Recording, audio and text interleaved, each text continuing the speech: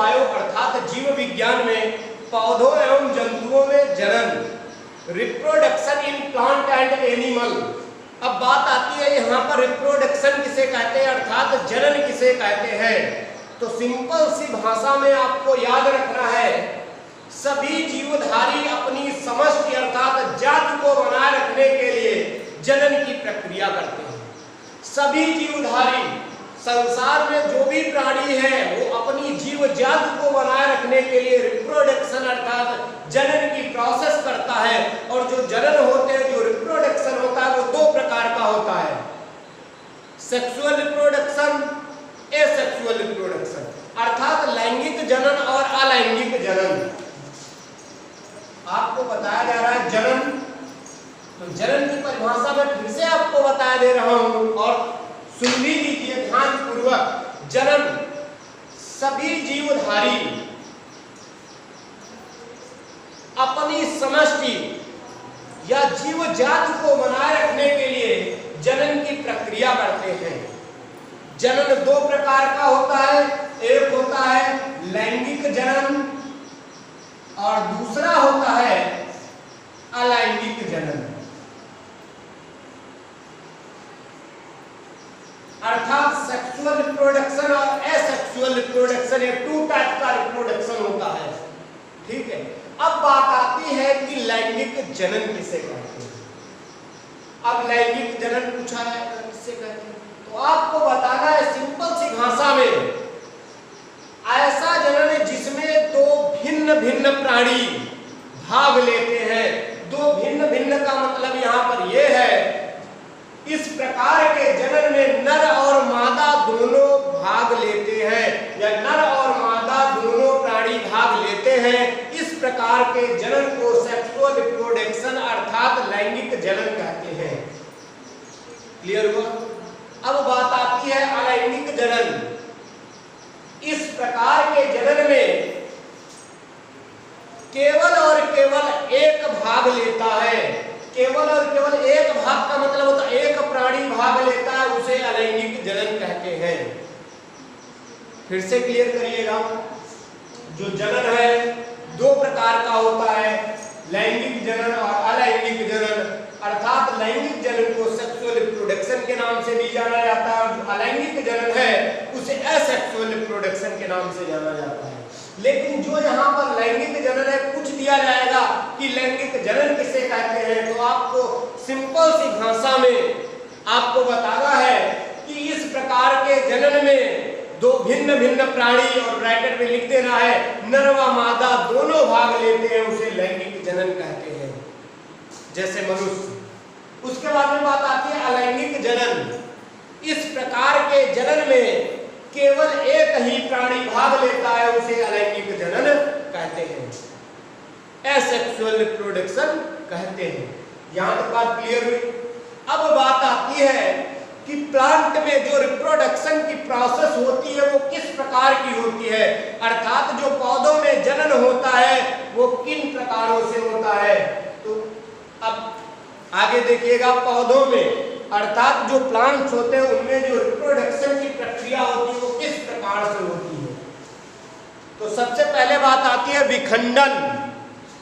विखंडन को बोलते हैं फ्यूजन। ठीक है, पौधों में जनन, पौधों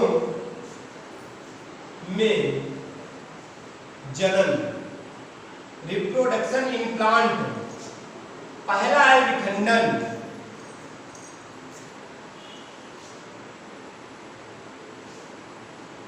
फ्यूजन अर्थात विखंडन, इसमें क्या होता है, जो एक कोशिकीय जीव, जो विखंडन की प्रक्रिया होती है जो केवल और केवल एक कोशिकीय जीवों में पाई जाती है। इसमें कोशिका सूत्री या असूत्री विभाजन के द्वारा दो या दो से अधिक में बट जाती है। तो बात यहाँ पे क्लियर हो गई। जैसे विखंडन उसे कहा जाता है, या विखंडन ये पादपों में जनन की प्रोसेस है, ये एक कोशिकीय जीवों में पाया जाता है। ठीक है, एक कोशिकीय जीव अर्थात आपने सुना भी है जीवाणु, प्रोटोजोआ। प्रोटोजोआ फाइलम में अमीबा आता है, अमीबा में विखंडन की प्रक्रिया द्वारा रिप्रोडक्शन प्रोडक्शन होता है, प्रोसेस होता है। तो विखंडन, ये बात समझ गए आप लोग शायद हो गए, ठीक है। एक बार फिर से सुन लीजिए, ये जो विखंडन की प्रक्रिया है या विखंडन द्वारा जो जनन होता है वो एक कोशिकीय जीवों में होता है। असूत्री तथा सूत्री विभाजन के द्वारा जो कोशिकाएं होती है वो छोटे छोटे खंडों में टूट जाती है और नए जीव का निर्माण कर देती है। इस प्रकार का उसमें जन्म होता है। अब बात आती है, इसमें अगर उदाहरण पूछ दिया जाता है कि निम्न में से विखंडन के द्वारा कौन सा जन्म, निम्न में किस जीव में विखंडन के द्वारा जन्म होता है, तो आपको याद रखना है प्रोटोजोआ फाइलम में जो अमीबा है, प्रोटोजोआ और जीवाणु जो है उनमें जन्मता है। अब जीवाणु की बात आती है कि विखंडन कैसे जन्म होता है, जीवाणु तो है। अरे अब सिंपल सी बात सुन लीजिएगा, अगर आपको पता है कि दूध से दही जो बनता है वो लैक्टोबैसिलस जीवाणु के कारण बनता है। अगर लैक्टोबैसिलस जो जीवाणु है, जो दही है, उसको हम शुद्ध दूध में हम थोड़ा सा मिला देते तो वो भी क्या हो जाता है, उसमें भी लैक्टोबैसिलस नामक जीवाणु उत्पन्न हो जाता है, जिसके कारण जो दूध होता है वो भी दही में कन्वर्ट हो जाता है। तो ये चीज समझिए, विखंडन। अब आगे बात आती है बीजाणु निर्माण। बीजाणु निर्माण के द्वारा भी जनन होता है। ये जो जनन होता है कवक शैवाल में बीजाणु निर्माण द्वारा होता है। जो कवक, जिसे फंगस कहा जाता है, और आपको पता होना चाहिए जो फंगस होता है, अगर एक आपके अचार में अगर फफूंद या फंगस थोड़ी सी भी लग जाती है तो जो दूसरा अचार सही वाला रखा है, अगर उसका एक थोड़ा सा पदार्थ निकाल के हम दूसरे वाले डिब्बे में डाल देते हैं अचार के, तो वहां भी फफूंद लग जाती है। क्यों लग जाती है? क्योंकि इसमें जो जनन की प्रोसेस होती है वो बीजाणु द्वारा होती है, जिसके कारण वो दूसरा वाला अचार भी खराब हो जाता है। तो बात समझ गए यहाँ पर, बीजाणु निर्माण द्वारा कम विकसित पादपों में बीजाणु निर्माण अगर पूछा जाए, बीजाणु निर्माण में क्या होता है, जो कम विकसित पादप होते हैं, जैसे कम विकसित में कवक हुआ, कम विकसित पादप है, शैवाल हुआ, काई जिसे बोलते हैं, ठीक है, शैवाल जिसे काई बोलते हैं। एक किसी भी तालाब में अगर काई है और उसके बाद में हम क्या करेंगे, उससे निकाल के जहां पे काई ना हो उस तालाब में आप डाल दीजिएगा, कुछ दिनों के बाद उस तालाब में भी, जहां पे शुद्ध तालाब पड़ा हुआ था, वहां पर भी शैवाल आ जाएगा। ये बात क्लियर हो गई होगी कि जो बीजाणु निर्माण द्वारा होता है, ठीक है, किसमें होता है, कवक आपको याद रखना है, शैवाल आपको याद रखना है, कवक शैवाल। ये बात क्लियर हो गई होगी। अब बात आती है अगला नंबर, मुकुलन, बडिंग। मुकुल किसे कहा जाता है, मुकुलन द्वारा।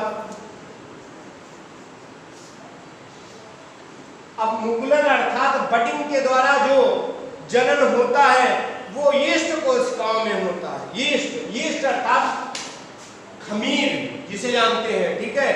और इसमें क्या होता है, कलिका सदृश उभार आ जाते हैं।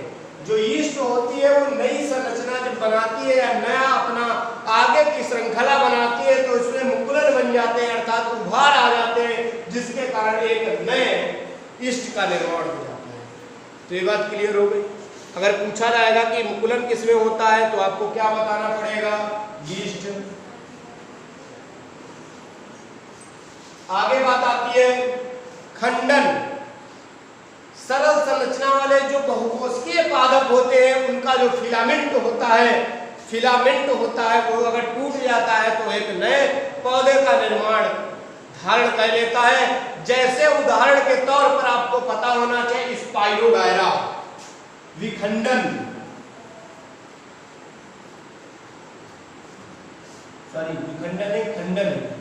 खंडन। विखंडन अलग चीज है और विखंडन में क्या होता है, एक कोशिकीय जो जीव होते हैं जैसे प्रोटोजोआ अमीबा में, ठीक है, लेकिन खंडन में क्या होता है, बहुकोशिकीय पादपों का जो फिलामेंट होता है वो छोटे छोटे खंडों में टूट जाता है और अपने ही समान नए पादप को जन्म देता है, जैसे स्पाइरोगायरा।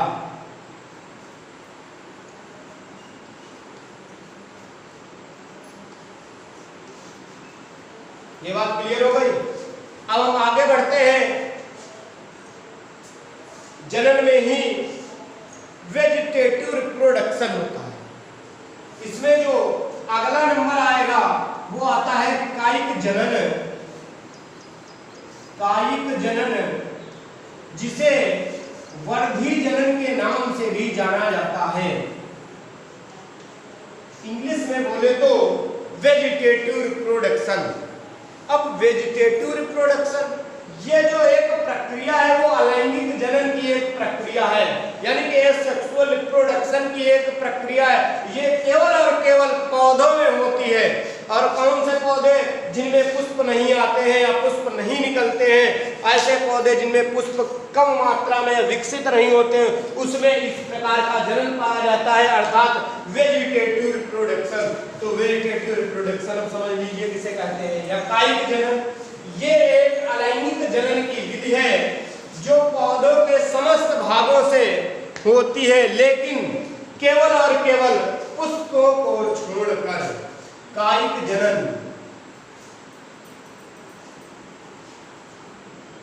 या वर्धी जनन,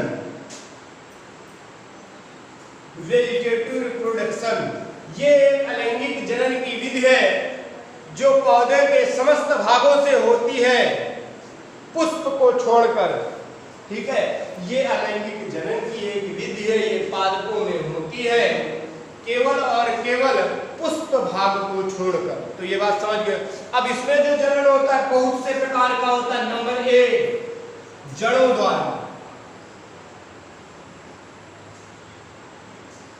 अब जड़ों द्वारा कैसे जनन होता है? क्योंकि ये अलैंगिक जनन की एक विधि है, कायिक जो जनन है।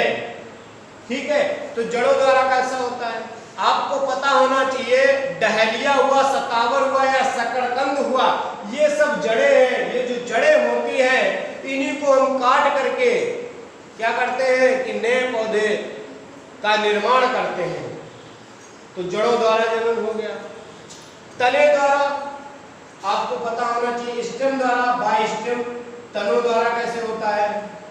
जैसे आपने तना, आलू एक तना है, हल्दी एक तना है, अदरक एक तना है, प्याज एक तना है, लहसुन एक तना है। याद रखना है क्योंकि परीक्षाओं में पूछ दिया जाता है कभी कभी, निम्न में से कौन तना है या निम्न में से कौन तना नहीं है। तो बहुत से ऑप्शन दिए होंगे। लोग आलू लिखा होता है तो लोग लगा देते हैं आलू जड़। अरे नहीं, आलू तना है, हल्दी तना है, अदरक तना है। ठीक है, ये चीज याद रखना। तो तनों द्वारा, अब आलू तना है, आलू में क्या पाई जाती है? आपने देखा होगा कि अच्छी पाई जाती है। अच्छी मतलब हम उसे बोलते हैं आंख। तो आलू को क्या किया जाता है? कट कर दिया जाता है। वहां से हम कट करते हैं जहां से उसकी अच्छी आ जाए, अर्थात आंख आ जाए।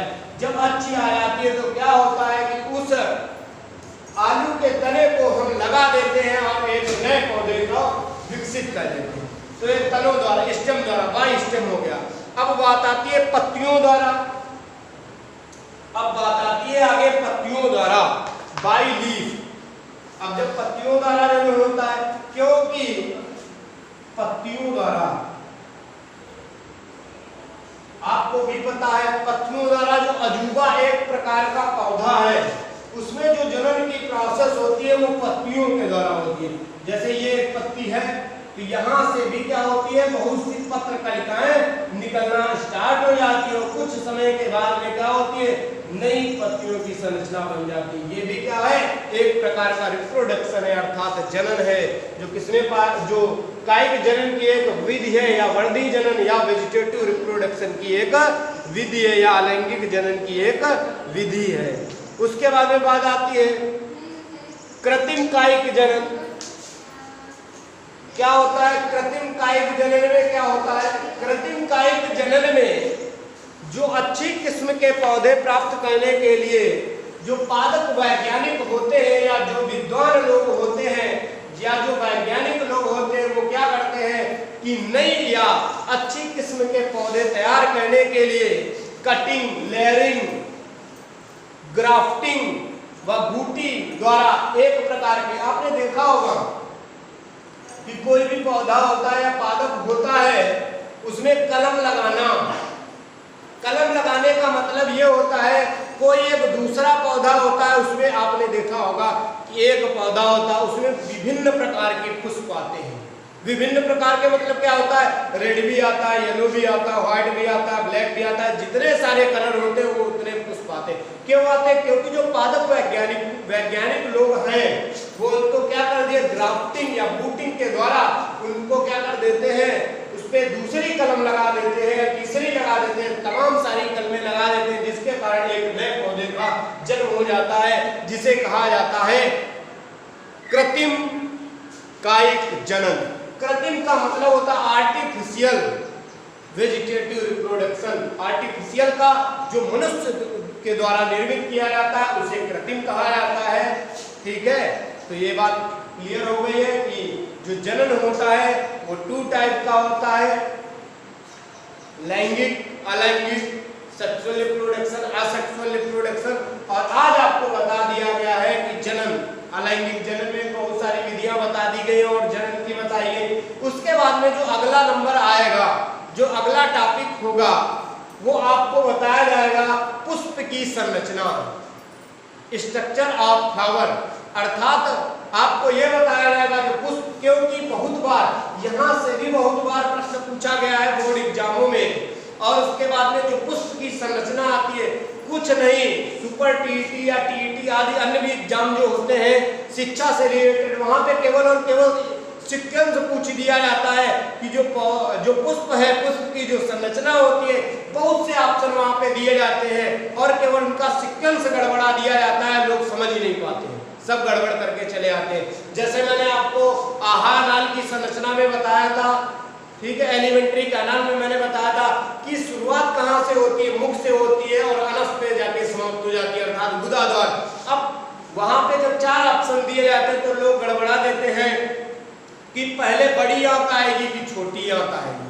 समस्या ये करते हैं, पहले ग्रसनी आती है कि ग्रासनाल आता है कि पहले अमाशय आ जाता है। तो ये सारी चीजें हैं, तो हम आगे डिस्कस करेंगे फ्लावर अर्थात पुष्प की संरचना। आज के लिए धन्यवाद।